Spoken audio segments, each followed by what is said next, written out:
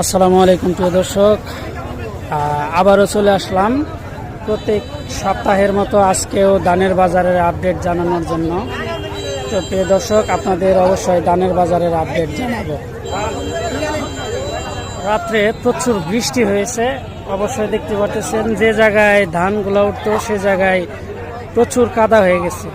সে কারণে বিভিন্ন জায়গায় ছড়ানো ছিটানো আছে, গৃহস্থ ধান নিয়ে আসছে ছড়ানো ছিটানোভাবে, যেখানে শুকনা যাচ্ছে সেখানেই নামাচ্ছে এবং ধানের যে বাজারটা সেটা।